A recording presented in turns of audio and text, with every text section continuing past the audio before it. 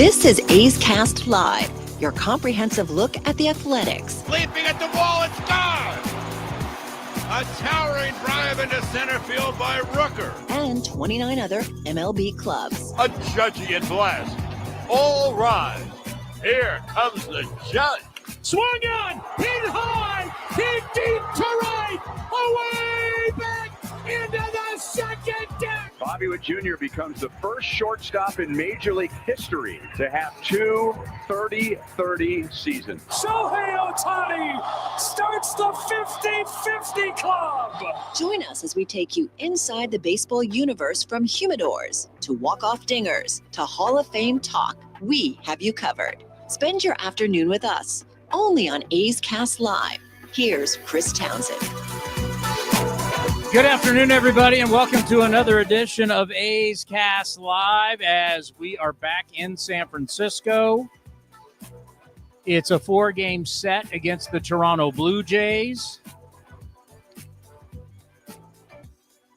There's just a lot of reality right now with the ball club.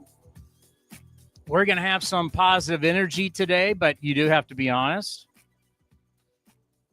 The Athletics have lost 13 of their last 14. They've given up 105 runs and 33 home runs during that stretch. May 4th, they were in second place by a game and a half. And since then, it has been rough sledding. Not going to lie to you, it doesn't look good. This is a huge 4-game set because at some point you dig yourself such a hole that there's no digging out of it. Now, could you win 10 in a row? Like, what was the final total for the Twins? Was it 10 or 11? Didn't they win more than that? I don't know. 12, what did they win? 12 or 13? 12 or 13. So if you win 12 or 13, yeah, you can get back in it. 13. But if that's what you have to rely on, the odds are, if you went to a casino, if we're in Vegas, and you go up there and you look at the big board, and it said A's to get back to 500, got to win. What are we doing? 10? We 10 back now? 10 games 10 under, yes. If it says you got to win 10 in a row, clearly that's not going to be the favorite. Would you bet that? Right now, I'm going to go with no. Correct. Yeah, you would go with no with how poorly, not just the pitching staff is, but the offense hasn't been that great over the last 14 games either. We can go over the numbers later. I did some numbers on that too. They have scored enough to win. Yes, the pitching has just been, yesterday they should have won. Luis Severino pitched great. It was a third straight start. 4 of the last 5 where he's gone at least 6 innings, and the bullpen coughed it up for him again. Justin Sterner yesterday as they lose 5-3, but they should have won that ball game, yes, and split the series in Houston. But they didn't, and here we are, 13 of 14 and 17 of their last 20, and you're 10 games under. But you're also playing the Blue Jays, who are struggling, and they only scored like 6 runs on their road trip or whatever it was, so they're not playing well either. There is something to be said that every single team that the A's have played recently has been on a heater. Now they're playing a team that's not on a heater, which someone has to get right. Is there in recent – I'll just go to the schedule here. But, yeah, I think I have – where was it? All right, so Philly obviously was on a heater. Angels were on a heater. Giants were playing well. Dodgers. Yankees. Seattle. I mean, let's face it. Everybody they've been playing real well. But, that's the league, right? You can't make excuses. But I'm just saying, where you are right now, would anyone go up and bet the A's are going to win 10 in a row and get to 500? No. You might throw $20 on it. I'd say if you're that one guy. It's the whole thing. It's like, if it's plus 180, you gotta bet 100 to win 180, right? It would be a big plus. So that's just the real. And I went last night. By the way, give the guest real quick. So we have coming up in about 5 minutes, Adnan Virk from MLB Network, also hosted MLB Now today, and a Canadian native. He'll be on with us at 1:40. At 2 o'clock, we have Fran Riordan, the leader of men, the manager of the Las Vegas Aviators, at 2 o'clock. A lot going on with the Aviators and players now on the A's, so nice to check in with Fran. We'll have Ben Shulman, the voice on radio for the Toronto Blue Jays. His father is obviously Dan Shulman, formerly Sunday Night Baseball on ESPN. And at 2:45-ish, maybe a little after, Denzel Clarke, the ace center fielder, Toronto native. We caught up with him earlier, so that's your guest list. Adnan Virk in about 5 minutes. Fran Riordan at 2 o'clock, Ben Shulman at 2:30, and then Denzel Clarke coming up towards the end of the show. Super kid, Denzel Clarke. And super athlete, too. Super kid. I mean, I know the struggles and the strikeouts, 1 for 17, 13 strikeouts, but you need him to hit. And if he does, you have a center fielder for a long, long time that's got the, speaking of Toronto Blue Jays, has the skills of a guy like Devon White. I was too young to see Devon White play, but now that I've seen so many people reference him as a comp. Oh, Devo could go get it. That from everything I've seen, I've never really got a chance to watch him play, but I'm going to believe everyone, including yourself, saying that he's the closest comp. I get Ed Sprague saying he's like Bo Jackson, or he could be like Bo Jackson. That would be fantastic, but let's pump the brakes on that. If he could be like Devon White, I think that's a nice trade-off for the A's. He's playing a decent center field positionally for them, which is nice because we already know the struggles that JJ Bleday have. But yeah, the hitting needs to come around, and he talked about what he's working on. So hopefully he figures it out. Day off today, not in the lineup. Drew Avens is starting at center field, and then Denzel can get back in there hopefully tomorrow and play in front of his home nation of Canada. And in the interview, he's going to talk about, he's a long limb guy. Long limb guys have long swings, long legs, long arms, long swing, not good. So he's going to have to figure it out and stop getting it. I mean, he's been getting into 0-2 counts. Like it's unbelievable. Yeah. I felt like we documented it with the strikeouts, and he's a young player, so it's going to happen. I mean, I didn't expect him to come up and go 17 of 17 or 10 of 17. He's not Jacob Wilson, but he's going to have the growing pains of coming up to Major League Baseball and learning Major League pitching, because it's obviously these guys in AAA are not Captain Obvious, are not guys that are pitching in Major League Baseball. So hopefully he figures it out, has a day off, mentally reset, get to spend some time with his family after the game, and then he can get back after it tomorrow against Chris Bassett, who's starting for the Jays tomorrow, our old friend Seabass. But Barrios today for the Jays. It's Gosman Saturday. And then Sunday is it's a Bowden, not Bowden Francis, right?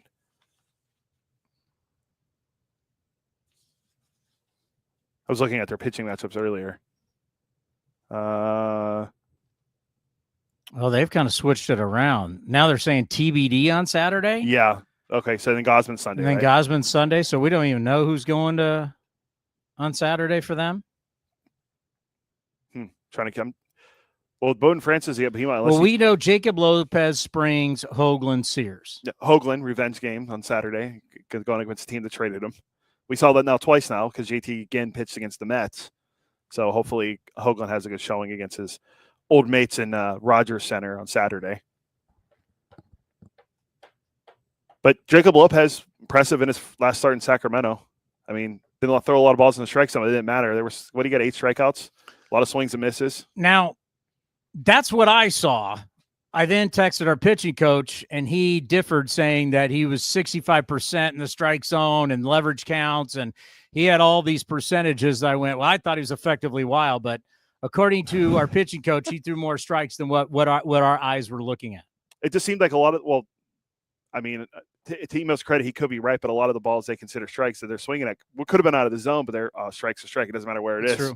So, yeah, he was hitting the strike zone. I mean, according to that, but it looked like from our vantage point where we were watching, it looked like a lot of the balls he was throwing were out of the zone. So hopefully he can have a second straight good start in Toronto against the Jays, who, what is it? They're returning from a 2-4 road trip, which just scored a total of 6 runs. They won 2 games in Texas, but they dropped 4-6 to the Rays and Rangers. And they were 4 for 45 with runners in scoring position over those 6 games. So 2 teams that can't score with runners in scoring position. Something has to go right this weekend, right? You would think. Or you got low scoring games. Yeah, well, 2-1 games, 1-0. I mean, it has been good. If you look at the A's slash line there, I mean, the batting average this year, 245, 255, 319, 417. The batting average is 3rd best in the AL. The 319 on base is 6th best. 417 slug is 3rd best. They still hit home runs. They had the 5th most. And they had the 4th fewest amount of strikeouts. So the offense has been okay. Just the pitching and the bullpen in particular has been really bad. Is Adnan here? Not yet. Okay. So I went and looked last night at the numbers. A's overall pitching staff rankings. We're 28th in ERA, 29th in runs, 29th in home runs, and 29th in walks. There's 30 teams in baseball. You've given up the second most runs, home runs, and walks. I bet I can guess a team that's 30th. Colorado. Your bullpen, 28th in ERA, 30th in runs. How many teams in the league? 30. The A's bullpen has given up the most runs in all of baseball. Tied for 23rd in home runs and 30th in walks. So the A's bullpen has given up the most runs and the most walks. Funny how those go hand in hand. You want to know why the A's are where they are? Starters ERA is 27th, runs is 27th, home runs is tied for 28th, and walks is tied for 18th. I mean, they're at the bottom. Even if you go back to the last 14 games where the team's 1-13, the starters are 0-8. They have a 6.24 ERA. That's the highest in baseball. They've allowed 20 home runs, and they have an opponent's OPS of 845, which is the third highest in baseball. The relievers are 1-5 with a 9 ERA. That's the highest in baseball. That's 52 earned runs they've allowed in those 14 games. A 1.96 whip, that's the highest in baseball, and 13 home runs allowed. That's the most in baseball. So both. Did you not print that out for us today? It's on the. I mean, I can print it out. I mean, Dan has access from NBC. He's the one that has the printing access. But that's alarming. Really alarming. I mean, that's Colorado at Coors Field numbers alarming. Yeah. So you want to know why the team is where they are? It's simple. It's pitching. I mean, when you're 30th in walks and runs in your bullpen, and newsflash, you rarely allow your starters to go more than 6 when they're having a good day. It is what it is. It's like we're celebrating Canada today, isn't it? Oh yeah, there's a lot of Canadian love on this program today. Do we have him? It is great to have you back. Adnan, how are you? Great to have you back. I'm doing great, Chris. Great to see you guys. Hey, everything all right?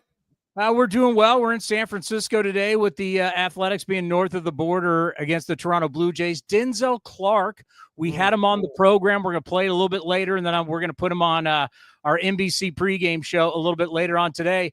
There you go. Another Canadian in Major League Baseball. You got to be thrilled. Yeah, I was reading the MLB Network pack, which I'll recite to you guys as well, involving Denzel Clarke and just his origins. It's fantastic. Grew up rooting for the Blue Jays. Toronto native, considered one of the best athletes in the sport. Mom, Donna, an Olympic heptathlete. Competed at the 1984 Summer Olympics in Los Angeles. She was also a Canadian long jump record holder. Clark's also cousin of the Naylor brothers, of course. We know how much we love Josh and Bo. 25-year-old, 1 for 17, 13 strikeouts to begin his career. He's considered a raw hitter, but boasts Gold Glove caliber skills in center field. And as you guys know, a 4th-round pick at a Cal State Northridge. So, yeah, another Canuck for us. Let's go, Denzel. Hey, those strikeouts, don't let the facts get in the way of a good story right now. We're trying to sell a good story here. When we're talking to him going, obviously he wasn't born at the time. I remember it growing up in Southern California. The 1984 Olympics in Los Angeles is considered the greatest summer Olympic games of all time. And to think that your mom was competing in that, multiple events. And this is really a great story. He's a big guy. He's got long limbs, long swing, if he can figure that out. But I got to tell you, Adnan, this guy goes and gets it, and he reminds everybody of Devon White. Yeah, Devo's a guy who, again, brings back great memories of those early 90s Blue Jays teams, that long, loping stride and incredible defensively and a good hitter. I think oftentimes you focus on Devo's glove so much. So I hope with Denzel, he's clearly got the bloodlines. For years, Chris, you'd look at certain players and they'd say, oh, well, if he's got the track bloodlines, clearly he's fast. You look at Billy Hamilton, just get him on base. Who knows what can happen? Chandler Simpson's a great example right now, the Rays. Cliff Floyd hit a line last night. He goes, Simpson, they might have to start playing the infield in, even when nobody's on base, because if he makes contact, he'll make it to first. So surely when you look at guys with those kind of bloodlines, the track and stuff, that kind of speed, hopefully portends well. And listen, to have Denzel Clarke with the A's, we always know how well they have drafted, how well they have brought up young talent. Hopefully is that next emerging star for the A's. All right, so the deal for us is we always watch MLB Now on the way up here to the San Francisco studios when the Athletics are on the road and we're not in West Sacramento. I love the way you opened the show today. This is the show for the thinking fan, except when I'm here. Well, I've always found it funny, Chris. That's the tagline for the show. Yeah. Like you and I know, working in media, nobody likes the smarty pants. Nobody likes anybody who thinks is the smartest guy in the room. So I've always found it funny. Brian Kenny can pull it off. Of course, I have great respect for BK. We knew each other for years ago at ESPN. But anytime you say this, so imagine if you said, listen, A's right now, our show, the A's cast, is the show for the thinking fan, just admonishing and mocking everyone else as being below you. So I said, I can't possibly sell that. It's better if I just be self-deprecating and go, the show for the thinking fan, even when I'm here. For the rest of the shows, you're a bunch of idiots. For our show, this is where smart people actually go. You have some really good topics that you know, since you're fresh off that show a little bit ago, I thought that were interesting. It's amazing how, and this is how baseball has had to change rules to protect the game versus front offices. And the thought of like, this is the entertainment business. So when Ron Washington is walking Aaron Judge early, or you're talking about, no, I don't want to see Shohei Ohtani pitch anymore. You're like, guys, we're trying to sell something here. Yeah. I mean, that's out of my mind that those thought process. Like, first of all, you say Kikuchi, Chris, has like the most success against Aaron Judge. He's been great, 6 for 25, and I believe 10 strikeouts. Like, he is really limited, not just limited, he's shut down Aaron Judge. And first inning, we're walking the guy, like, come on, man. And then you walk him again, and then Judge flies out, and like Wash is like so happy and excited. I'm like, come on, dude. Like, that's I like Ron Washington. He's a good man. Clearly he knows more baseball than I will ever know, but it's just not good for the game. Like, and I thought John Heyman put to me on. I'm not sure if he said this on air, but he said to me afterwards when Cliff Floyd kept saying, well, he's hitting 400. Heyman looks at me and he goes, that means he gets out 60% of the time. I'm like, right. He goes, so not every time he's on base. Like this whole thought that like, oh, he's a modern day Barry Bonds. I got it. I love Aaron Judge. I think he's great for the sport. I want to see him hit. Don't take the bat out of his hands. I get it if it's 3-2 in the 7th inning. Understood. You're not going to let Aaron Judge beat you. Got it. But in that instance, I'm like, for God's sake, show a little, you know what, and throw the ball. And even the thought, well, you know, it succeeded. What do you mean it succeeded? They scored a run. There was a sac fly. Judge was on base. He didn't score the run, but if you'd gotten him out, you would have been out of the inning. So Ron Washington should not be applauded for those tactics. It did not work. They lost a game. Now, they didn't score a run. You're not going to win any games by not scoring a run, but it certainly didn't help intensely walking Aaron Judge. And then Rob Parker, of course, I love, back to our ESPN days, used to be on First Take all the time. Rob's point, the Dodgers shouldn't pitch Shohei Ohtani. Dan O'Dowd, who's a friend of mine, also executive of the year, probably with the Rockies, says also this. I go, what? Like, so he's a $700 million DH? Like, what are we doing here? And he's like, well, they gave Soto $765. He can't field much. Like, so what's your point? Like, the whole point of Ohtani is he does more than one thing exceptionally well. He can pitch and he can hit. And as a hitter, he's 54 home runs, 59 stolen bases a year ago. He could be 50-50 again this year, at the very least, 50 home runs, 40 stolen bases. And the one thing he loves to do is pitch. And that's what makes him unique and special. And the Dodgers, Chris, have 11 guys in the IL, 11 starters. They need Ohtani. This is not a luxury. If he can give them 5 good innings, I'll take that, because Snell's out, Glasnow's out, Kershaw's a shell of himself. Yamamoto can only pitch once a week. Sasaki's been a disappointment. He can only pitch once a week. They need Ohtani. This is not just like a joke, like, oh, check out our unicorn, a novelty act. He can eat up some innings. No, you need Ohtani to be good. And Rob's point that, well, Ohtani's not exactly a Cy Young winner. He was 4th in the Cy Young voting 3 years ago. Like, he's one of the best pitchers in baseball. Pitch him. Yeah, no, as a pitcher and a hitter, no one has seen Shohei Ohtani more than the Athletics. He made his debut against us, and of course, all those years with the Angels, we got to see him. And what I don't think what people are realizing, you know, the Dodgers had over 20 guys start last year. The Dodgers right now are leading the world in bullpen innings. Yeah. If there's anybody that needs anybody, they could use you and me as a starter. They'll take anybody. They haven't seen our BP yet. We're ferocious in the mound. I'm with you, and it becomes a little bit too convenient to go, well, who cares with the regular season? LA is going to make it. Yeah, they may not win the division. I mean, the Padres are 2 games back. The Giants are 3 games back. I mean, the LA, they're 21st right now in ERA. Yes, they'll make the playoffs, but I don't want to limp into the finish with 89 wins, especially when people were saying this was going to be a 115-win team. So I'm with you, man. Like, I'll take as many innings as I can. I don't want to overuse this bullpen if I'm the Dodgers. They won bullpen games in the past. Doesn't mean it's going to happen again. You can lose bullpen games as well. I'd rather have guys who are ready to go. And if it's Snell, Glasnow, Ohtani, Yamamoto, Sasaki, I feel pretty good about my chances. So I really don't agree with that logic at all. All right, you guys brought up the Red Sox and the issues of the Red Sox, and there was a great Boston Globe article in the offseason about all the different driveline guys they have now hired. They're all in on, and of course, Craig Breslow was a reliever for us. I did many shows with him. He's one of the brightest guys you're ever going to meet. But with the Red Sox struggling, and they've gone all in on the driveline guys. Yeah. You guys didn't bring that up, but I'm just wondering if the Red Sox really start to fail into the summer, at what point do Craig Breslow and bringing all the driveline people in and, pitching labs and hitting labs, and that's how we're going to do it? Like, at what point do you think that will come in focus? I think sooner rather than later. We said at the start of the show, as you know, concern, panic, or doom, which is an MLB Now staple when it comes to this team. And the majority of votes afterwards were doom followed by panic. So concern, which is the lightest one, most Red Sox fans, unsurprisingly, a rather calm, level-headed fan base is saying, no, they're either they're done for the year or they're in serious trouble. And I would say they're in serious trouble myself. To your point about Breslow, I remember a year ago, we looked at Andrew Bailey. They had such amazing success the first half of the year.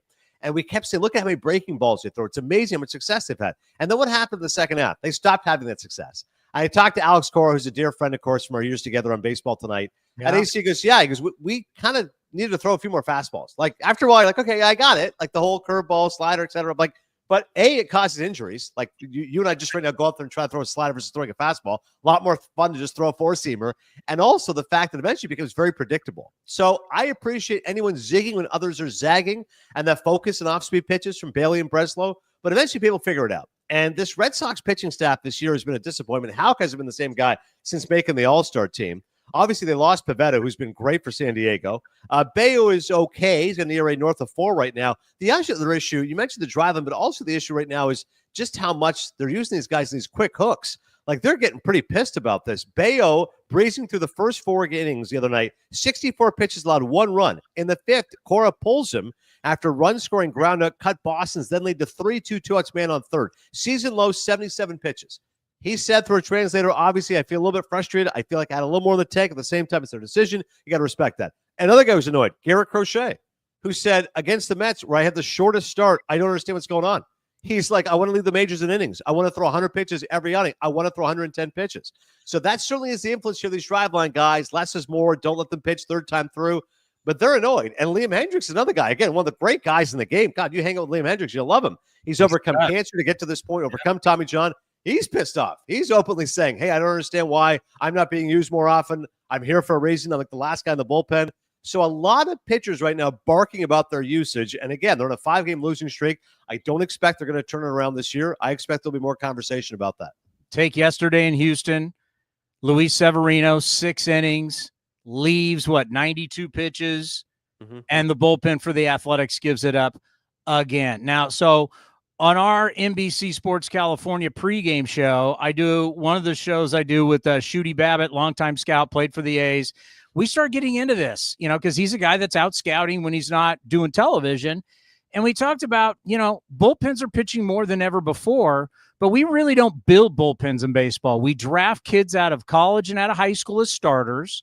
They go to the minor leagues. When they fail as starters, we like their arms. We turn them into relievers. So we really don't draft bullpen guys. We don't draft closers and setup guys, and then we build it through our system. We end up finding, every single bullpen, it's crazy how all these guys come to these organizations. What do you think about if bullpens are going to pitch more than ever, and it's not going to stop, they're going to pitch more than ever before, starters are coming out early, do we need to change how we think about drafting and developing bullpens? Well, first off, I never heard of anybody going to a baseball game saying, I can't wait to go watch the bullpen tonight. Nobody in the history of life has ever said, wow, I can't believe there's a bullpen game I get to watch tonight. How much fun is this going to be? And again, maybe I'm just old and 46 and thinking about going up, but you look at the box scores, look, what's the pitching matchup tonight? Jimmy Key is pitching for the Blue Jays tonight. I'm going to watch Dave Stewart or Dave Steve. That's what's exciting. So personally, I'm not crazy about the overusage of bullpens anyways. I get the way the game has changed. I understand that guys are not going to go 7 innings. I'm fine with that. If you want to go 4 2/3, that's your average start, whatever. Point is, I still like seeing starting pitching. But to your point, bullpens are the most notoriously volatile and difficult to predict year over year. I can't tell how many times, Chris, I've seen a bullpen and gone, oh my God, their lights out, and then they stink. We're seeing it again with Arizona. Kevin Ginkel and the D-backs, right? 2 years ago, unbelievable, come World Series. They helped lead them to that World Series. Seawald's no longer on the team. Ginkel might get demoted. That's how bullpens change in 2 years. You cannot rely on them the way you can on starting pitching and position players. So it's incredibly tough to forecast and predict. And you're right. Nobody grows up dreaming of being a reliever or a closer. It's generally failed starting pitchers. Dan Plesac, who was an all-time great closer of the Brewers, I get to work with MLB Network, he said the same thing. He goes, I had a great career, but I really wish I could have been a starter. Like that really was the dream. No one ever said I wanted to be a closer. They just had put me there. Okay, you're a 2-pitch guy. Just throw the fastball, throw the 2-seamer, and that's it. And you go, okay, but no one dreams of this. Make it clear. So I do think that there's an element of how do you look at the bullpen. It cannot just be the starter retread will make you a bullpen guy. Just throw 2 pitches, throw as hard as you can. No, there's more to it, and it's a tough thing to cultivate, especially year over year. You can never really get great success. I will say really good managers are good at handling bullpens. There's a reason why Buck Showalter and Bruce Bochy always had that reputation, and part of it is they wouldn't call the guy up too early. I've talked to pitchers over the years that said, you know what? It's a real pain when they tell you to get loose, let's say in the 6th, you get warm, you get hot, and then you sit down again. And then they get warm, get hot, and they sit down again. And then they bring you in. So there's an art to managing those bullpens beyond just finding the best arms. By the way, my favorite is DJ Dan. DJ Dan on MLB Network. That it is the best. He gets into it so well, man. He's such a funny guy, and he's got great personality. And yeah, when DJ Dan, he also got Stan Plesac, who's his twin brother. When he shows up, that's an issue as well. But Friday night, MLB Tonight, DJ Dan, nothing better. Spin those turntables. Hey, we always appreciate the time. You're fantastic. Love watching on MLB Network. You be well. We'll check in later on, and we'll see how the world and baseball has changed next time we talk to you. So kind, Chris. I really appreciate the best words. All the best to the A's. And say hi to my buddy Dallas Braden for me. Thanks, Adnan. Appreciate it. Be well. Thanks, Chris. Take care. One of the best in the business, no question. Adnan Virk for MLB Network. You remember him for years on ESPN, Baseball Tonight, Sports Center. He did it all. And MLB Network's lucky to have him. Yeah, I enjoy watching him, and we didn't get a chance to ask him about. I was going to give out the numbers to see if he knew if I was talking about Vlad Guerrero Jr. and if people are panicking in Canada like people are panicking about Juan Soto, but he's also a big movie guy. So next time we'll ask him what the best movie he's seen so far this year is. But let's pause for station identification here on A's Cast.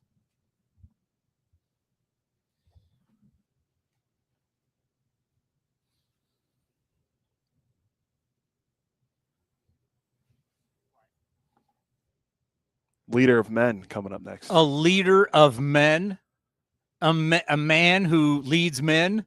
And he was on the coaching staff a couple weeks ago. Hanging out in San Francisco and Los Angeles. Then going back to Vegas. What a life. He wasn't here for Seattle or New York? No, I think he was just doing because I think Darren Bush was out for graduation, so he did LA and San Francisco. Fran Riordan, the Las Vegas Aviators manager, next right here on A's Cast Live.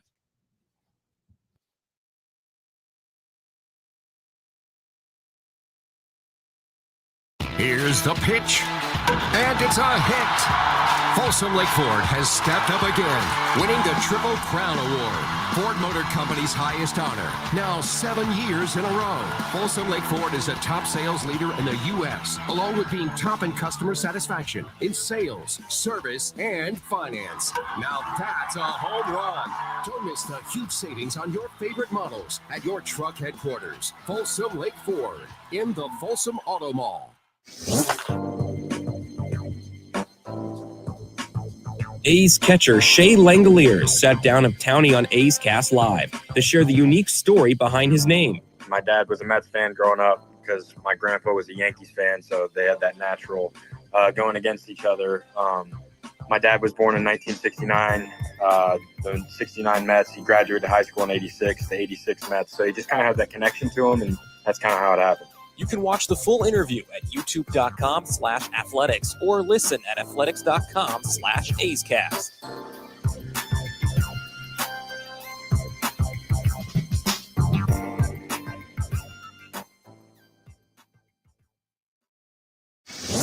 And here's the pitch to Tyler. Swung on, drilled to right, way back. Martini at the track. He will turn and watch it fly. That swung on, drive to deep right field. Going back, Palacios, and it is gone. 2 payoff pitch, and Soderstrom launches this one to deep right. Taylor back, it is gone, and Soderstrom has done it again.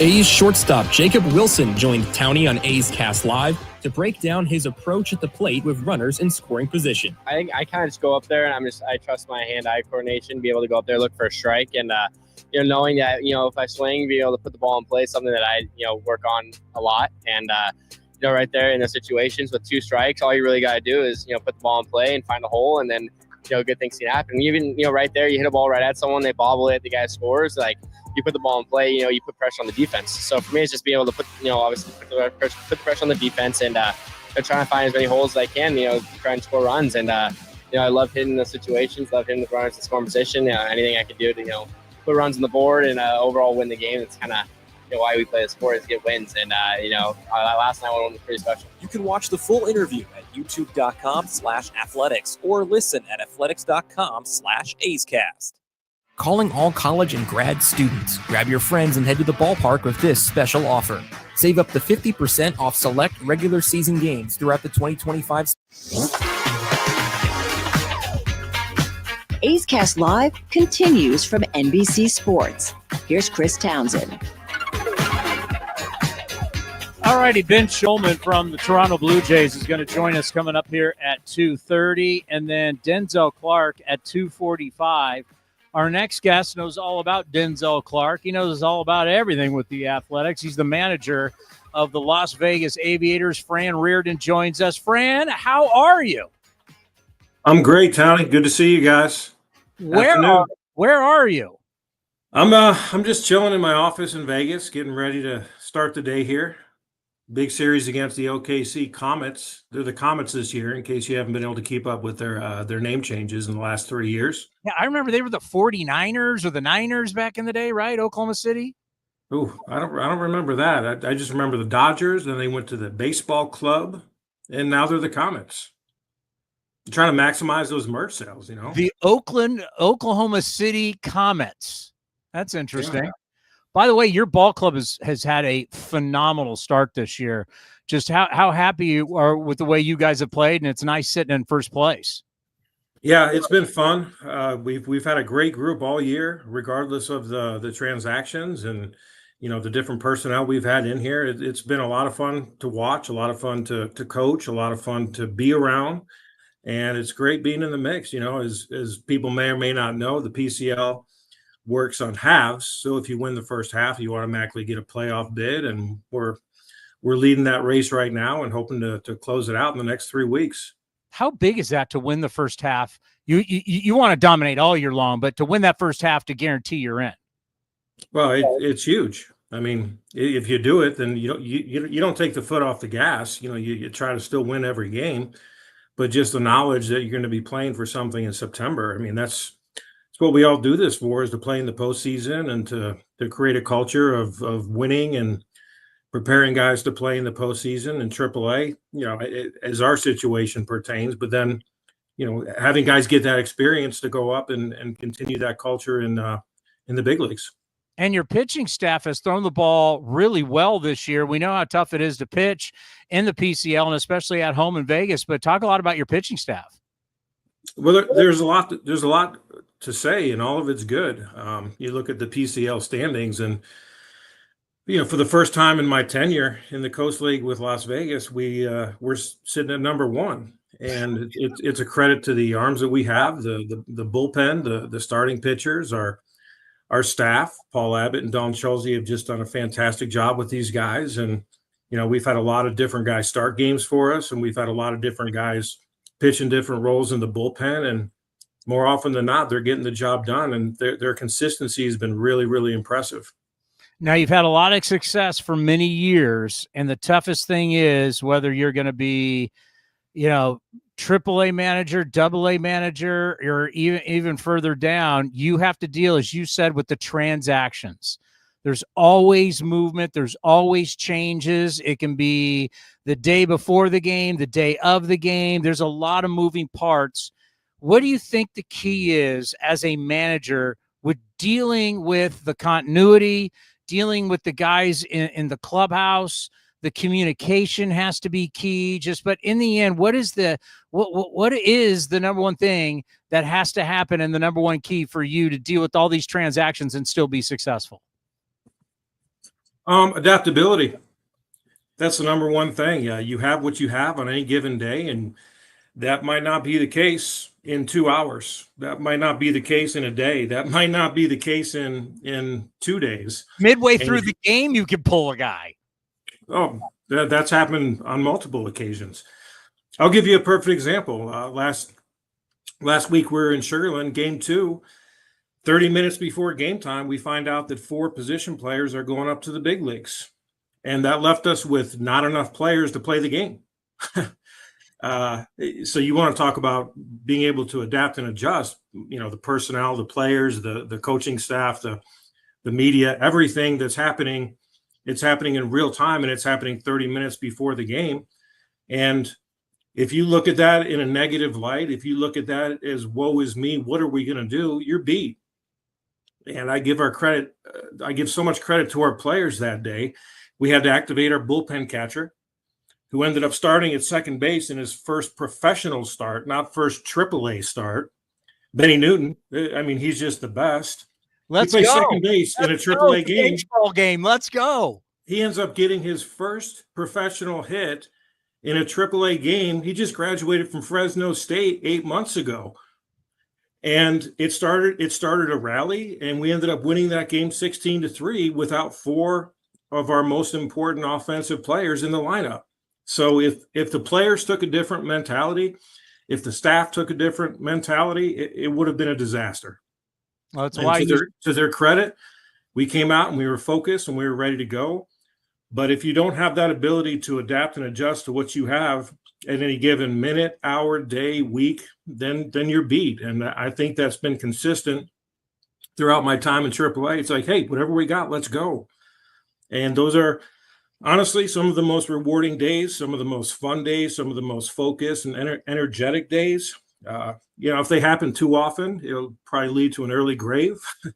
But, you take things as they come and you don't complain and you go with what you got. Well, that's why you've had so much success there in Las Vegas. The mentality, I love it.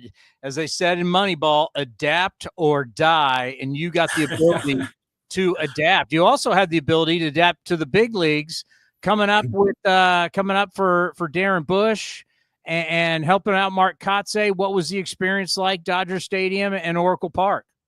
Well, first of all, I apologize for not being able to get with you guys. I wasn't sure about my schedule and if I was going to be busy, but I hate missing any chance to be with you guys.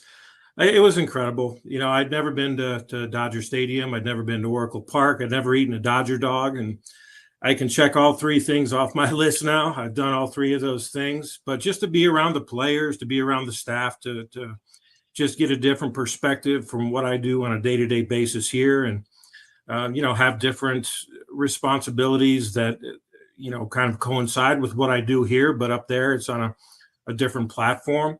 I just enjoyed the experience. I enjoyed talking to the guys that I spent so much time with here in AAA. I enjoy talking to the staff, being around the staff, hearing different perspectives and, opinions on different things, whether it's strategy or whether it's personnel. And I just try to soak in every second like I do every day. And it was a fantastic experience. I wish the results would have been a little better when I was there, because that's really what it's all about at the end of the day. But, the time I spent there was priceless. Well, you mean a lot to this organization, and we know because we talk to all the players that play for you when they come up and all the great things they say about you. And recently we've got some new guys, and, the win against Philadelphia to break the losing streak and to see Willie McIver at 28 years old get his first career hit, and it's the game-winning RBI, and then he throws the runner out at second to end the game.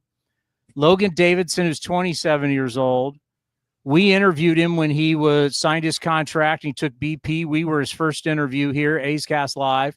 He was 2019 coming out of Clemson. To think that a guy who was a first-round pick doesn't make his debut till he's 27. When you saw what happened on that Sunday against the Philadelphia Phillies, I know you had the conversation to tell them they were going to the big leagues.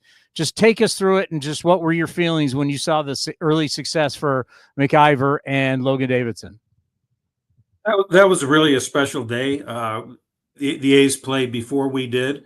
We were in Sugarland, and the A's had a day game. We had an evening game, so the game was on all over the clubhouse. And you think about all the things that Logan's been through in his career, his journey, his path, the ups, the downs, the shadows of doubt that have probably crept into his head the last 3, 4, 5 years. Am I going to get an opportunity? What do I need to do to get an opportunity? The conversations that I've had personally with him over the years, seeing where he was with his journey and his path, and sometimes it's not in the best place. And then to get an opportunity to see him thrive in a game that meant so much was just special. You see him get his first hit off of a former A, Jesus Luzardo. You see him make a play in the 9th inning to lead off that inning when Mason was trying to nail down the save. It's just really, really kind of emotional and rewarding and just pure joy. And it was great because, Willie also got his first hit that turned out to be the game winner. He threw out Rojas to end the game, and that was incredible. But every single person on the Aviators ball club was huddled around the TVs. And when Willie threw the guy out to end the game, there was like just a guttural roar in the clubhouse because these guys root for each other. These guys want each other to have success. These guys want each other to be great. They know that, hey, maybe it's not my time yet, but hopefully it will be. And when I go, I'll do great things. But to see them, have such an impact in that game in their basically major league debuts was just a really great story. And I think everybody on our staff, everybody on our team enjoyed it as much as anybody in that clubhouse. And it was a really great moment. Yeah, we played a clip of getting to know Logan Davidson where he's talked about getting his contractor's license and he wants to build down in the Southeast. And I just think about these guys that because, when you're in A ball, you're not dealing with older guys. It's in AAA, you're dealing with older guys. And life's hard. And you'll have people, whether it's your parents or it's wife or it's whoever, who could look at a guy and say, hey, listen, you're 26, you're 27, you're 28. Maybe it's time you start thinking about doing something else. I have always said play till they take the uniform off you because you got the rest of your life to work. You got the rest of your life to have a job. Just talk about that mental side when you deal with older players who are constantly dealing with the should I stay, should I go, am I ever going to get a shot? Because that goes beyond the physical part there. That's a big mental part of what you have to deal with your job. Yeah, first of all, I'm in agreement with you. There's a lot of conversations with guys about, what am I going to do when it's over? What do I need to do to stay in the game? Do I want to stay in the game? And I agree with you 100%. As long as someone's giving you a uniform, if someone is offering you a roster spot and you can continue to perform at a really high level and have an opportunity to perform at the highest level, why not?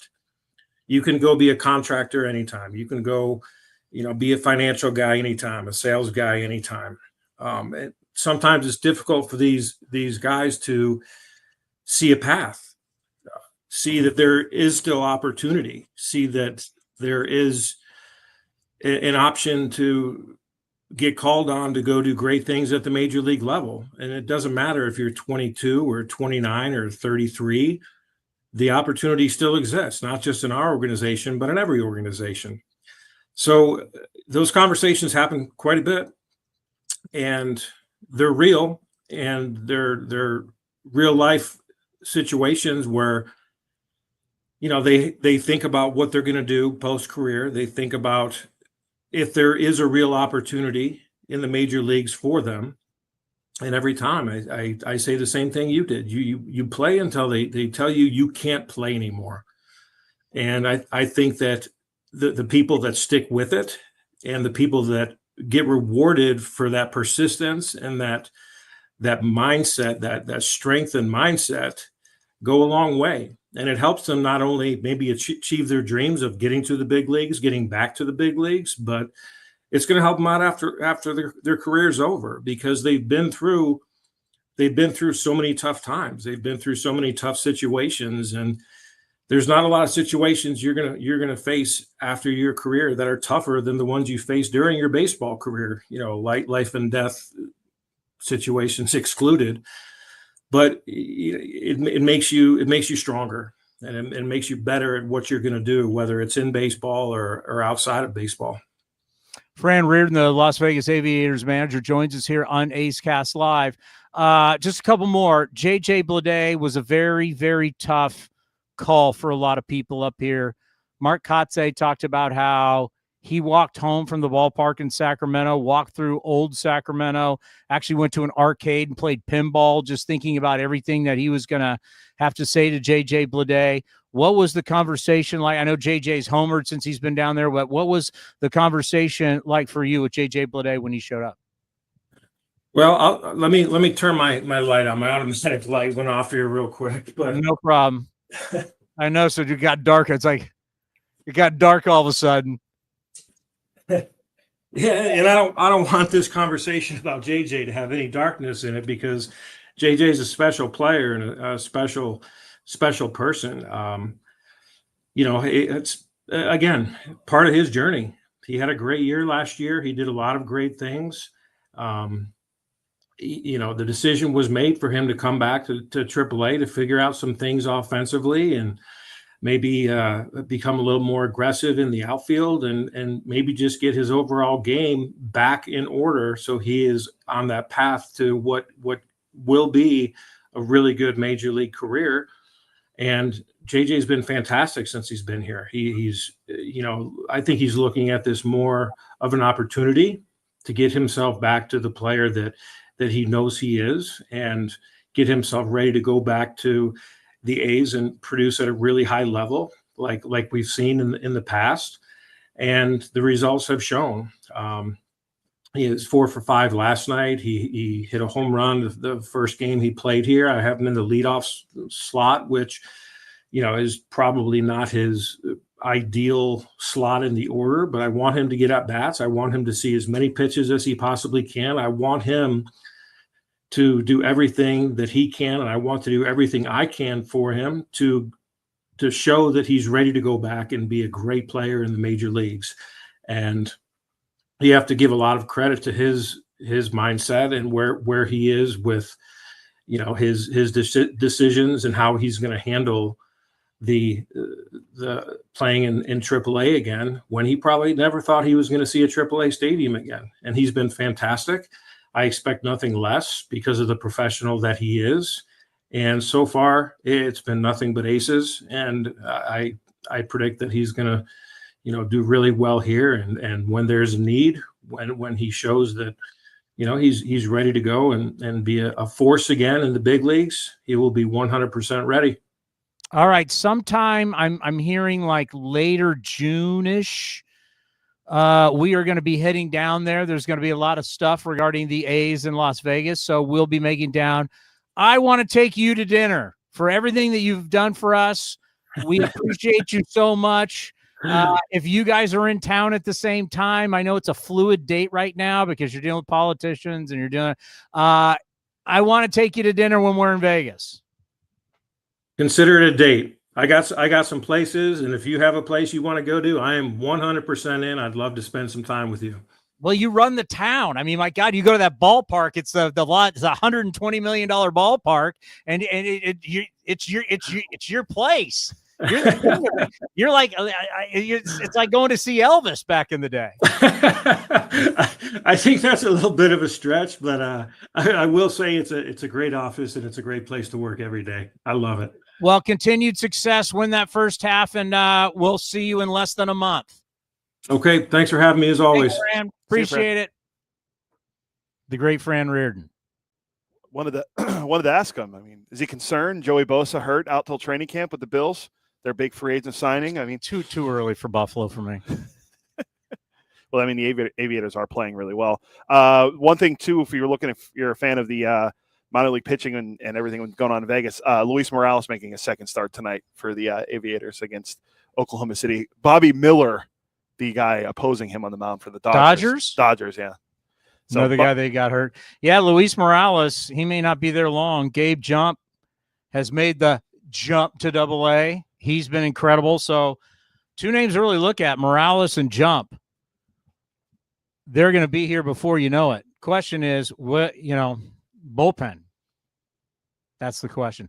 By the way, more importantly, to tell you what kind of man he is, if you're listening on 650 KSTE or A's Cast, you may have heard it in his voice, but if you're watching here on YouTube or on X, he was getting choked up. Mm-hmm. It tells you how much he cares about these players, how much he cares about these guys, and it's why they all love him.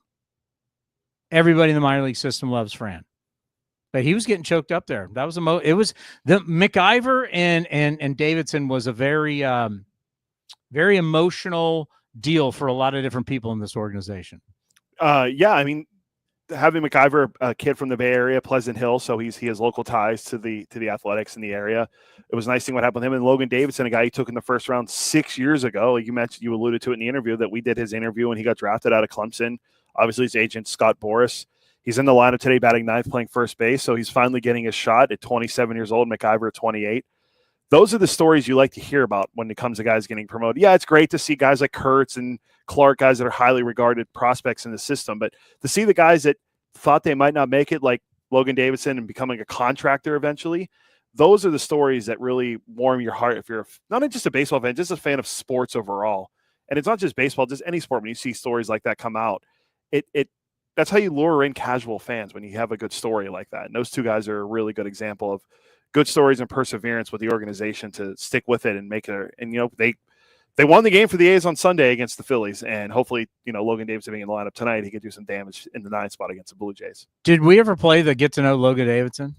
I don't think so. I can download it real quick. I do have the one of the videos that Amelia sent to us was. Yeah, he wants to be, it's a specific kind of contractor that he wants to be. Yeah, I remember saying, let me see if I can get it real quick. And getting his contractor's license. Yeah, give me 1 second to download it. But yeah, the one we do have, we can play either today or tomorrow, is ask the A's what their favorite city to visit is on the road. And it's shocker that a lot of them said Toronto. So Toronto's awesome. I haven't been. I've only been to Vancouver. Beautiful city. Beautiful. My wife and I planned. Dave Stewart, A's Hall of Famer, when he played for the Blue Jays, I had a conversation with him about it here at NBC, and he was always like, it was his favorite. It was his favorite. He loved living. He lived in it was the Italian part of town of Toronto. He lived there and said he loved it. It's my next city that I want to visit, the major city. I've not been there, so I'm loading the Davidson video right now. Okay. Do you want to play it now? Yeah. Okay. Here's Get to Know Logan Davidson, put together by the great Amelia Schimmel. Infielder, Clemson University. Probably FBI agent. Definitely action-packed stuff, shoot 'em up movies. That's my jam for sure. Mission Impossibles are awesome. 007 movies, those are great. I don't know. I like a lot of movies. I'm getting my contractor's license. I'm going to be able to build some cool stuff across the Southeast. I want to specialize in steel structures, so just a number of things, barndominiums, commercial buildings, barns, houses, anything really. I mean, I can be able to build anything, so I'll get into it. I'll get into a little chick flick with my wife for sure, like act like I don't like it, and then when it starts, it's actually really good, nice to follow, but I mean, I guess, yeah, probably chick flicks.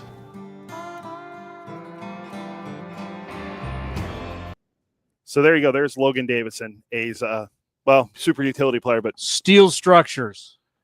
He mentioned Mission Impossible. I saw the new one on Memorial Day. I once saw it. Yes, I once saw a movie by myself. I like to do that every once in a while. Mission Impossible, the new one, very good. He would have been an FBI agent out of Clemson. Well, Quantico's not that far from South Carolina. It's north, a little bit north in Virginia, but that's actually really cool. You don't really hear a lot of guys go, I would have been an FBI agent. Now he wants to get his contractor's license and become a builder. I grew up in a part of the country where, manual labor is a big thing. And obviously I didn't get into manual labor, but kudos to Logan for wanting to do that and build. And maybe he still will do that in the offseason. Guys back in the day had to have jobs in the offseason. Didn't Raleigh work at didn't he tell us he worked at a department store or something? Yeah, I can't remember. Raleigh had all kinds of jobs. JC Penney. They all had jobs. Yeah, you had to. Nowadays, some guys do. Some guys are like teachers and stuff like that, which is really cool to hear about. But I'm glad that Logan and Willie McIver are here because they're both really good stories for the organization. Incredible. And to have the AAA manager get emotional about it. Yeah. It's always good because Fran has good perspective because obviously the guys in low A, high A, and double A, when you promote players to AAA or the next level up, it's great. But being the guy that tells these guys, and you always see these videos go around on social media when these players are getting promoted, how they make it creative and how they tell the guys. It's always fun to see the different ways that managers tell them, like, hey, you're not in the lineup today. You're going to the major leagues. Like I think the Red Sox, in Worcester, the Sox did that with Marcelo Mayer, where they told him that he lost his car keys. So that was a cool thing. And our buddy Alex Jensen's there, so we can always, check on with that, like stuff like that. But there's always good stories and good videos that come out of that. So it's really cool when these guys get promoted and we do it the right way. Because you don't see that in other sports, obviously. There's no minor leagues in football, and unless you're calling a guy from NFL Europe back in the day. Or hockey could, but we don't get – hockey doesn't care about telling that story. No, especially like locally with the Sharks. Like the Sharks minor league team is in San Jose. Like you could do so much with it. But a lot of the hockey, some of these guys – they get drafted straight into the NHL, like, Connor McDavid, and most recently Macklin celebrating with the Sharks. They start on the big club where there's guys that are, grinding away for 10 plus years in the minor leagues in the AHL. Like some guys are playing for the Barracuda who never make it. And then when they do make it, it's a great story. Yes, hockey could do a much better job with it.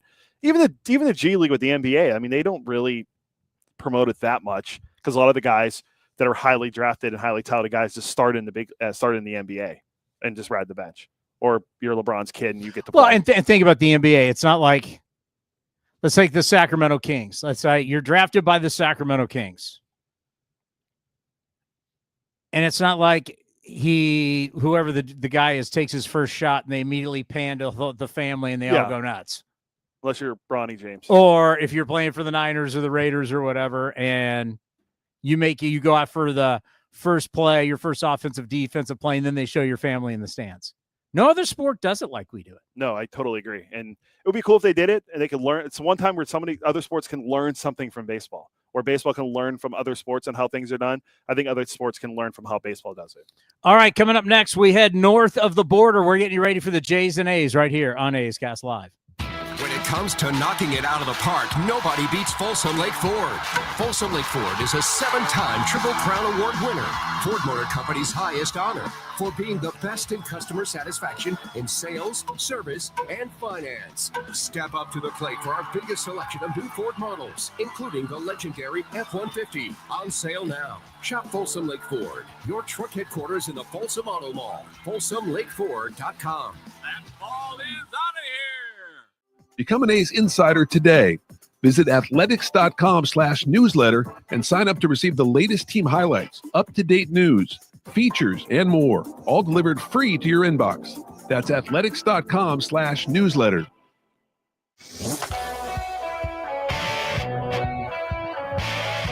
Jacob Wilson sat down with Chris Townsend to share why the A's clubhouse believes they can win right now. I think that we were talking about that in spring training, being able to, obviously we had some great signings that, great players come in, be able to lead the clubhouse, and then some extensions that we had, with the guys who called out last year. And, I think in spring training, we were talking about this is something we're excited for. And to be able to see it coming into full effect right now it's great, but it is a long season, so we got to keep working every day and keep trying to go out there and get those wins. You can watch the full interview at youtube.com/athletics or listen at athletics.com/AceCast.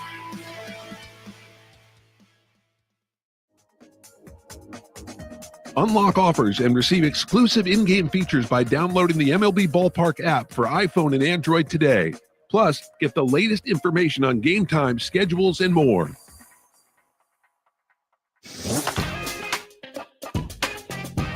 Athletics reliever Hogan Harris joined Chris Townsend on A's Cast Live to break down challenges and adjustments required when transitioning between starting and coming out of the bullpen. I'd say the biggest thing is there is still a routine. The difference is it's at 3 p.m.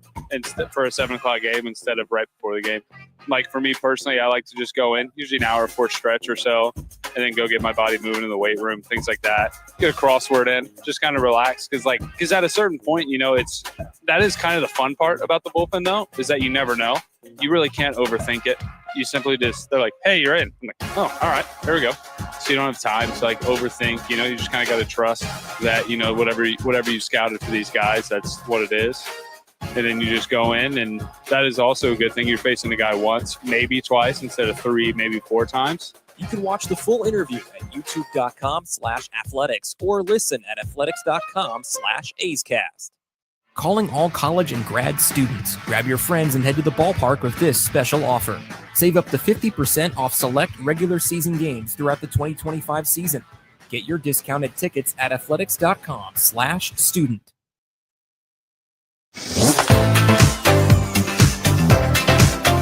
Streaming from NBC Sports, A's Cast Live continues with Chris Townsend. All righty, we're heading north of the border. Ben Shulman will be calling the game tonight at the Rogers Center between the Athletics and the Jays, the start of a 4-game set. We're going to see Barrios, who's thrown the ball well, up against Jacob Lopez, who his last start threw really well against the Philadelphia Phillies. It's great to see you again. How are you? Doing well, Chris. Thanks so much for having me on. So what are the expectations? What are you thinking about for this series for the Jays? Because we already know from the A's standpoint, they got to figure something out really quick. But for the Jays, it's like it's time to get right and get over 500. Yeah, you know, I think to a certain extent, also the Blue Jays feel like they got to get going pretty quick here. You know, they've hung around 500. At times they've been a couple above. At times they've been a couple below. I think their worst was 4 below, but they've just felt like they've taken a step forward, a step back, 2 forward, 3 back, 2 forward, 1 back. You know, they go from sweeping a team in San Diego to getting swept against the Rays. They win a series against the Rangers, but I think a lot of the fans and viewing public didn't necessarily enjoy their play that series. They only came up with 4 total runs in a series and somehow still won it. So not a lot of offense in that last series between the Blue Jays and Rangers, but this is about time for them. You know, there is a lot of time until the deadline in a way. And at the same time, it's going to be June at a certain point in this series. And they got to get going or people will just start to settle into the fact that this might be a 500 ball club. Well, and then also you start to think about, you know, how you play coming up here in the next couple of weeks. You're telling your GM what kind of moves he needs to make. Do you make the moves to help the ball club or you know, I hate to say it, but do you start to look to if it's a Bichette or it's a Bassett or something, you start moving people for pieces. So wouldn't you say these next couple of weeks are going to tell the front office what they need to do? Yeah, it's a really significant stretch. You know, last year they went into the deadline as sellers, but they did, I think, what a lot of people would call as a soft sell. They sold off a couple expiring pieces and not the core really of the team. But this season, it comes to a point. They have a ton of guys either expiring this year or next year, and guys that people will covet if they were going to trade them away. I think Bo Bichette is attractive to a lot of teams. You know, you guys know a lot about what Chris Bassett can do. I think he would be a guy that is very interesting to a lot of teams. You know, even you start to discuss is someone like Kevin Gausman potentially available, who's got this and next year if they are going to start selling off pieces. So they got to decide, are they going to try and get rid of those guys and get as much prospect capital as possible, or can they play themselves into a spot where they want to buy? And I think this is true for a lot of teams, but the Blue Jays want to buy, from my sense. They don't want to rebuild this. They have a lot of guys right now that they're confident in to perform, but they'll need to do a little bit more. If they're sitting at 500 with the situation that their farm system is in currently, I don't think they'll be highly motivated to give up top prospects to go get real impact players. They got to get comfortably above 500 and start to push up against, just looking at my scorebook, teams like Cleveland, Houston, Minnesota, Kansas City, that are at least hanging around, you know, in that wild card discussion right now, even if the Yankees are a little bit far away. Yeah, it's kind of crazy, right? You're looking at the AL East and you go, well, obviously Yankees, Rays are just over 500, and the other 3 teams, Boston's a disappointment. I mean, are you shocked how bad the Orioles are? I'm really shocked. Really, really shocked. And it shows why I don't bet very much and why, you know, much smarter people than me talk about these things before the year. I thought Boston and Baltimore were the 2 best teams in the division coming in. After the injuries the Yankees had, I really thought there was a good chance Boston would be leading the division. Baltimore's pitching was always a concern, but they haven't hit that much, or at least not as much as we expect. So it's been a big shot, and it's kind of bittersweet in some ways because the Blue Jays at times have put together these mid to high 80s win teams, even low 90s in a division that's been one of, if not the toughest in baseball. This is the most open it's been maybe in a decade. I'd have to go look back at it, but they haven't had this kind of division-wide struggle to be 500 or above in a long time. And so there's a big opportunity. However, the Rays are saying the same thing and the Red Sox are saying the same thing, and even the Orioles probably still are. And none of the four teams outside of the Yankees have seized on the opportunity. And I'm sure it feels this way in the Bronx that, it would take a lot for them not to win this division probably at this point with how the Yankees are hitting and set to get some guys back pretty soon. Yeah, well, they got a 7-game lead. I just don't see that happening. And the Central's strong. So the wild card races are going to be very interesting. Absolutely. I think that you look at the West and the Central. To me, the Central's got a clear leader in Detroit. But outside of that, I don't think there's that much separating teams like Houston, Minnesota, Kansas City, even Seattle I would put into that mix. I know they're leading the division right now, but I think there's a lot of murky middle right now in the American League. And I think if we're all being honest with ourselves, probably the National League is the league right now that has the upper hand and more of those top end teams. So it's really anyone's guess. And last year, no one would have picked Detroit to make the playoffs even deep into the season. And they did it. And this year it's more wide open. So who knows, do the Red Sox go on a late season run or a mid-season run? It's possible. Could the Blue Jays put themselves up there? Is Minnesota's recent run of form and Cody Clemens hitting home runs left and right legit? Anyone, I think, has the agency over their own season still right now in a big way. And it just comes down to who's going to be hot over these next 6 or 7 weeks. And like we were talking about earlier, convince their GM to put some chips in and buy from those few teams really that are going to be selling. Because I don't think there's going to be that many sellers at the deadline. All righty. Bad Vlad getting the big contract. Vladimir Guerrero Jr. is happy for him, happy for, we can say, Canada, happy for Blue Jays fans. What did it mean to get him finally done? Yeah, it's a huge deal. I think that you look at the history of this franchise, and I grew up watching this team, and there was a lot of, they would draft and develop and come up with big guys, and it always felt like you have them for the 6 years and they're gone. And that's just kind of how it was for a while. And I know a lot of teams that aren't based in New York, Chicago, and LA feel that way, or Boston. To get the homegrown player signed to a long-term deal, he clearly has always stated he wanted to be there, which you haven't always heard from big stars with this franchise. And to have someone, even though I think we would all admit he identifies more with the Dominican Republic, he was born in Canada. His father still resonates in a huge way in Canada. You go to any Blue Jays game, there will be a Montreal Expos Vladimir Guerrero jersey somewhere in the crowd, if not 10 to 15 of them somewhere. So to have that is big just from a morale standpoint. And then you talk about, having him in your team for the next decade.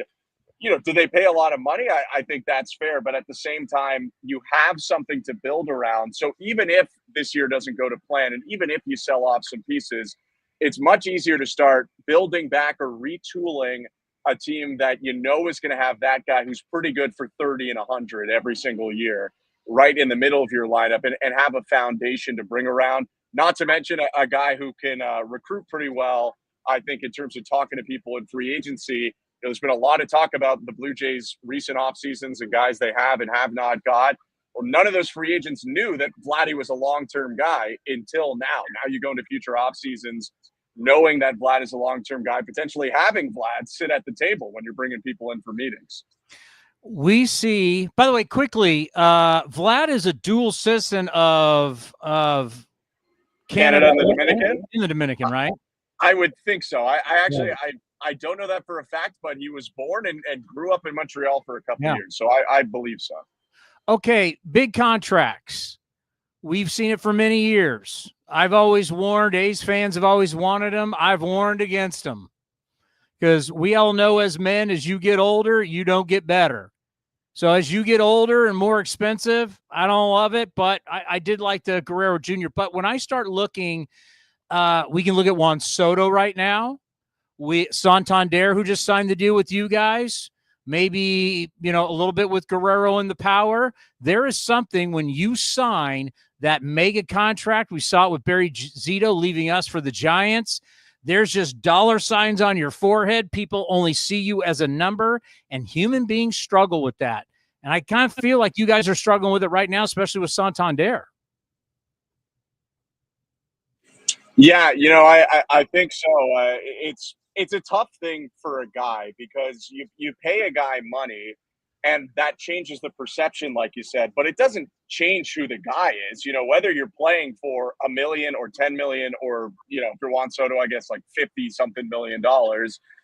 Nothing. You wake up the same way and you swing the same way, and it doesn't actually make a difference. And so, there's a lot of expectation on this team because of the payroll attached to the team right now. It's a top 5 or 6 payroll in baseball, but to a certain extent, some of the big contracts that the Blue Jays have, not the Vladdy one, I would say, but they more show that the Blue Jays have had to go outside of their own roster to build this team a lot. They haven't been able necessarily to graduate as many prospects and make them impact players as they can be. So, I think it's tough for some of these guys, and no one's feeling bad for Anthony Santander. I know that he knows that, he gets paid a lot of money to play a very fun game in front of people all the time. It's not something that people typically feel bad for, but for someone moving cities on a big deal and then it doesn't go well for the first 6 weeks, it kind of mounts. And I could see how that could snowball. And you add in Santander is pretty clearly dealing with some physical issues right now. He flipped over a wall in Anaheim trying to catch a ball that went into the seats, which might have been another symptom of, really wanting to try and help a team when you're not hitting as well as you could. And he hurt his shoulder and he hurt his hip, and things have been pretty off kilter since then. So it is tough, and people are tense right now. They want the team to produce. They want the team to win. They've been in the playoffs a decent amount the last couple of years, but they haven't come through. And when there is some of that tension going on, you look to the expensive guys and the guys who are supposed to be your stars, and they haven't been getting all the production probably that they need out of them so far. All right, I'm going to assume you weren't alive the last time the Blue Jays won the World Series, correct? You would be correct. All right, Yeah. so for us older guys, basically the Blue Jays took the mantle from the A's. Remember the A's? Yeah. They went to 3 straight World Series. They were battling in the early 90s. Jays took the mantle of the best team. Then they won 2 straight. So Denzel Clarke, I wonder how much you guys are going to talk about Denzel from Toronto. He's there. We're gonna play him right after you. It's a very special. His mom competed for your Olympic team in the 1984 Olympics in Los Angeles. The reason why I bring up the early 90s Jays that won 2 straight, he reminds me a lot of Devon White. When you think of this kid's athleticism is unbelievable. He can run. He can go get it. He struggles with the bat. We've seen early, but as an athlete, I mean, cousin of the Naylor brothers, but his mom was an Olympian. Wait till you see his speed, and he's incredible. So, are you guys going to highlight this? That hey, we got another Canadian in the big leagues. Oh, absolutely. I mean, it is a big deal, and not only Canadian, but right from this area too. And he talked to a lot of the local media from Toronto before the game.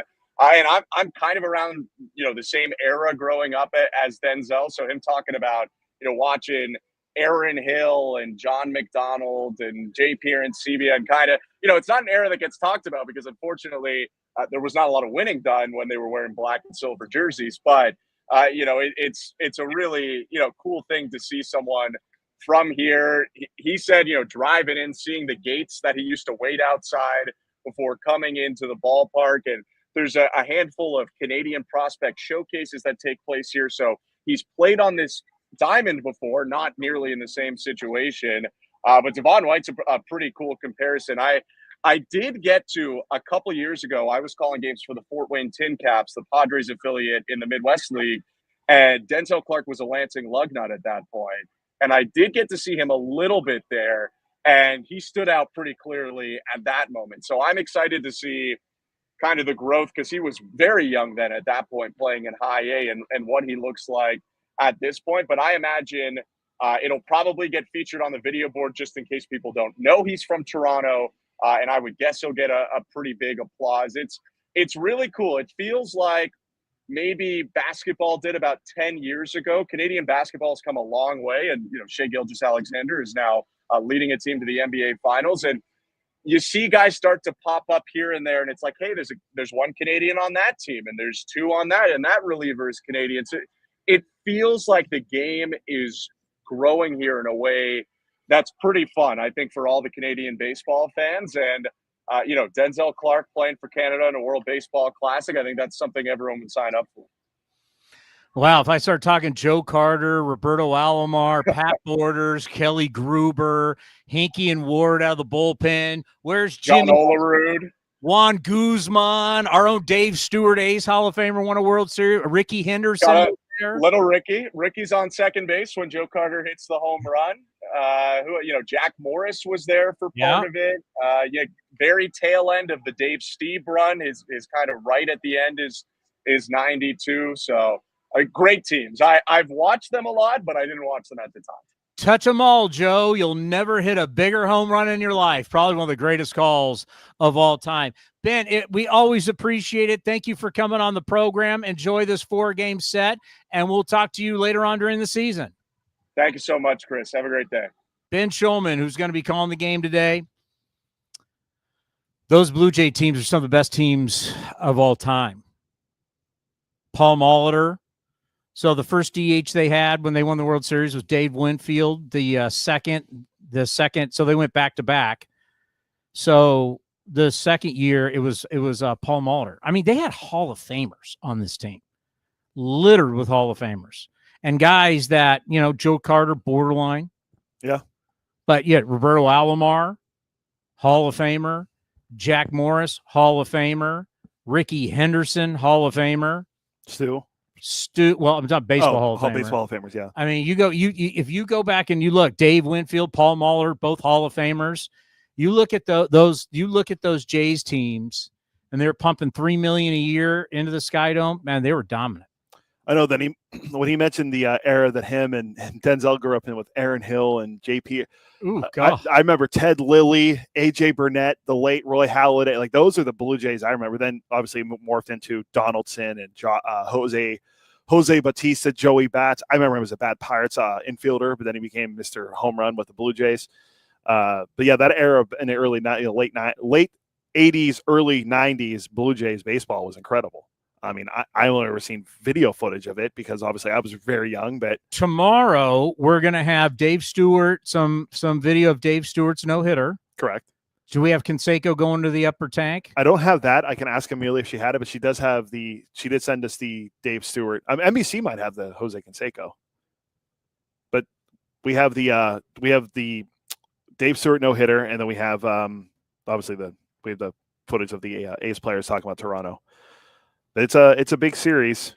Ricky Henderson was the ALS MVP. I want to say, what was that? Did he do it twice? Did he ever do it with the Jays? He did it once. I think he did it in 89. Yeah, just the once. But he was dominant for the Jays, too. Ricky was dominant. He had a nice little career. All right, we ready for Denzel? Yeah, so we'll be back tomorrow, same time. Eno Saris will be with us. We have Bill Moriarty to break down the entire minor league system, and maybe he can give us some bullpen guys to call up. And we'll probably have Mark Kotze, right? It's Friday, Mark Kotze show from Canada. All right, Denzel Clarke, he met with the national media there in Canada, the local and national media. It's a big deal that he's there, and then he stopped by right here on A's Cast Live. Having Denzel Clarke on A's Cast Live for a while now, and it's wonderful. Denzel, congratulations on everything. We are so happy for you. I know being back home means a lot to you and your family, but not only that, you just met with the media and the Canadian media. What was that like for you coming back home and meeting with the national media? Absolutely. It was awesome. Growing up watching Jays games, like I always see people like getting interviewed, people on the media and stuff. And now to know that I've been blessed to be in that position, like it's something I'm really grateful for. I remember oldest cousin Josh coming back. He did his time with the media. Bo came back. Bo and Josh together, they came back, and it's just like seeing them. And now I'm in a spot where I'm able to answer questions and hopefully inspire future generations to chase their dreams. So could you tell how proud they were of you? I mean, I hope they're proud of me. I mean, I'd like to think they're proud of me. I'd like to think the work I put in is something that really makes them proud. Whether it be the media, and of course I know my family's proud of me and everything too. So yeah, just super grateful to be here. And you really couldn't write up a better script for you. You come up and your first road trip, you get to go back home north of the border. What does that mean to you? Means a lot. I have a lot of family and friends out here that I'm super excited to just see me on this field playing games and stuff. I think it's again just a very special opportunity, and I'm very grateful for it. You know, we always talk about someone's big league moment, like the first time you realize, oh wow, I finally made it. And it can be a lot of different things, but for you, what was that first moment where you went, wow, I'm in the big leagues, I finally made it? I think there was a couple of them. Obviously, I think the first time you get any type of action in the game, it's just like, okay, I've made it here. I think, first game, Trey Turner's up at the plate, and he hits a ball over my head, and it's just like, okay, I'm running for a ball in a big league game officially now. Like this is pretty dope, because I was born playing at Minute Maid.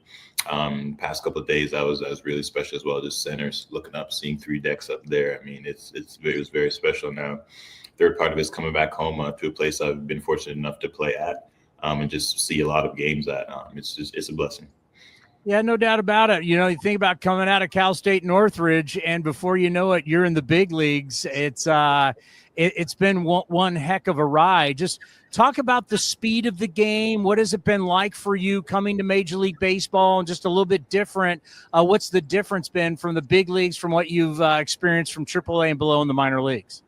Yeah, absolutely. I think first on the defensive side, I think for me, in the grand scheme of things, everything's the same game, obviously. Things will get a little faster on defense. It's, I'm very comfortable out there. Just try to play my game and continue there. And then obviously on the offensive side, things haven't started the way I've exactly wanted to. And at each level, things just have to get a little simpler. And what the first, I want to say 5 games has taught me is that I need to simplify. So definitely putting the work into be a lot more simple. So, and yeah, my goal is to make sure I can have an impact in all facets of the game moving forward. You know, we talk about your family when we bring up your athleticism. Obviously, the cousins with the Nailers, they've had terrific careers.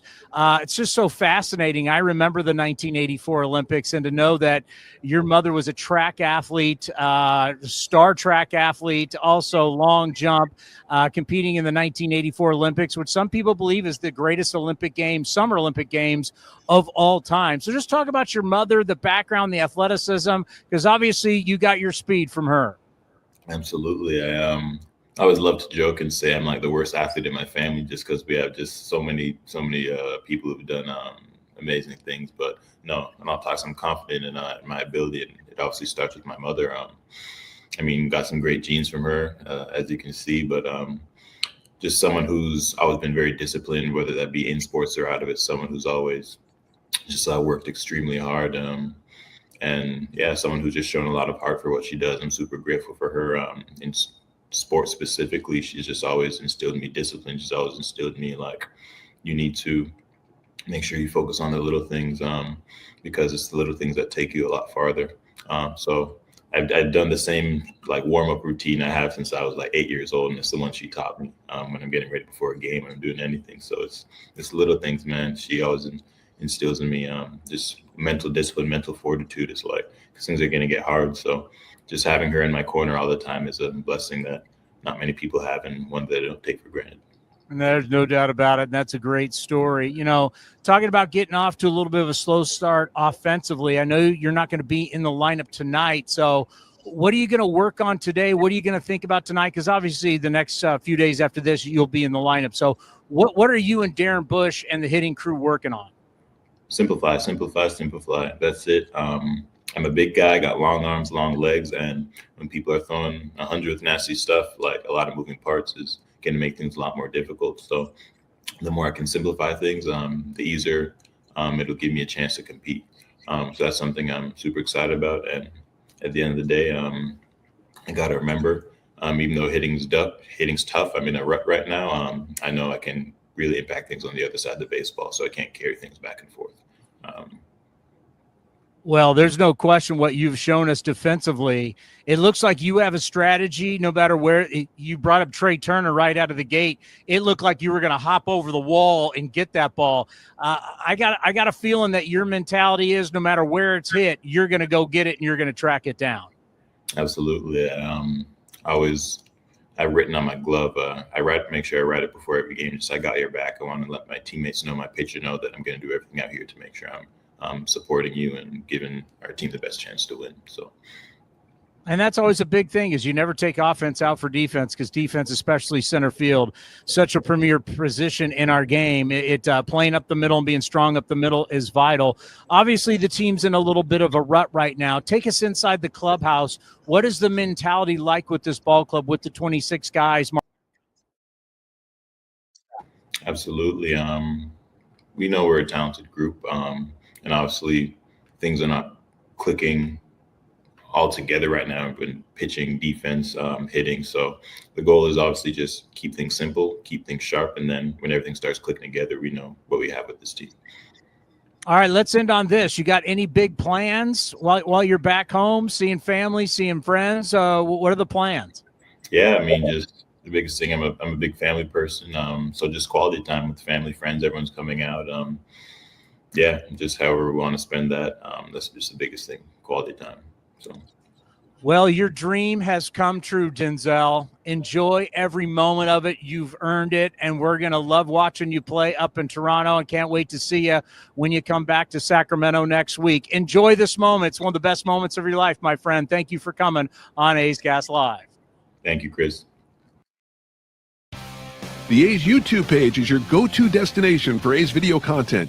Get access to great highlights, exclusive behind-the-scenes content, classic games, A's Cast Live, and more. Visit youtube.com/athletics. This has been a presentation